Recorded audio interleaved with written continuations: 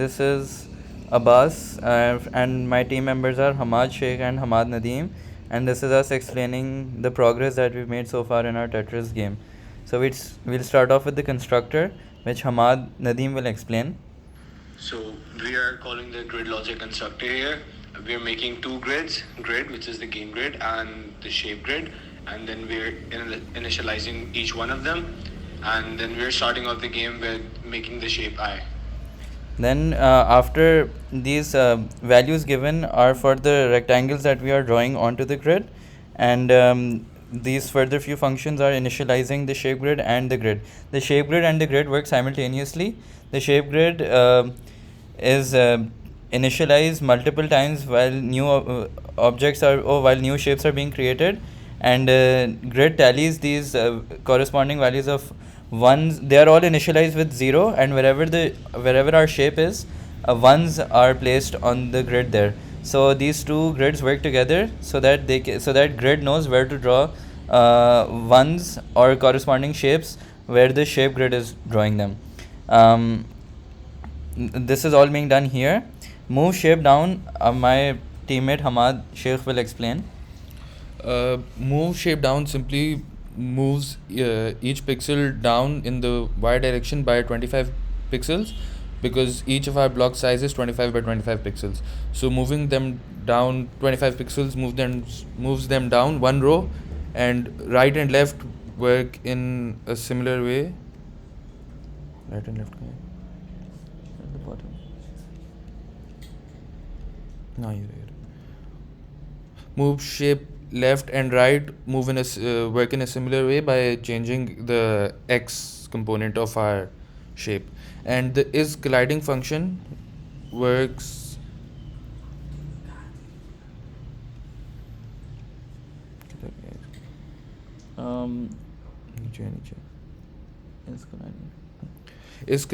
basically is colliding down, left and right all work in a similar way. What they do is check if the next row is empty or not. Empty or not is determined by ones and zeros. If there is a 0, it means nothing is there, and if there is a 1, it means that there is a block present there. So we check if the next row has a 1 or a 0, and that returns a true or false value, which is then checked in our update grid function. Yes, which is made above. Yeah. Yes. The update grid nahi, move down. We are moving down over here. Yes, it checks this condition checks if it is colliding or not, and then moves it respectively. And then the update grid works in a way to move everything down and mainly remove grid row. It checks if the next row is full or not, and then our flag is raised true if it is full and false if it is not. If it is true, then we use the remove grid function over here, which then removes the blank row and then copies down all of the blocks from the above rows into the one below, essentially moving the whole all the shapes down one piece.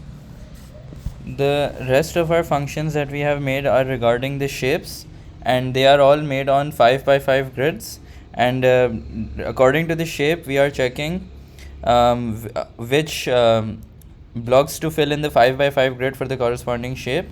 For example, I, where we select all the blocks in the middle vertically, and likewise for T we draw one block on the top left and on the top right, and this is being done for each shape respective to their shape. Rotate shape is where we are multiplying our shape by a matrix such that it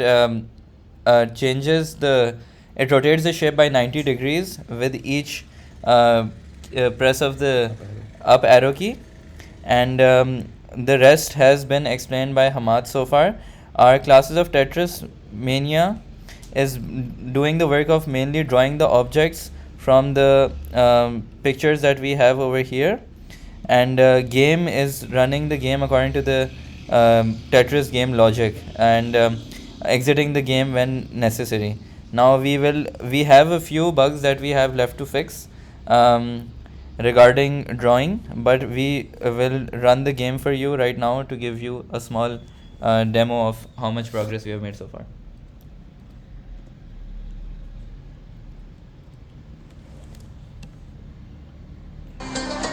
So as the game starts, it comes onto our splash screen with our background music, and we click on the start game, and then we have medium and hard difficulties, which we still have to configure.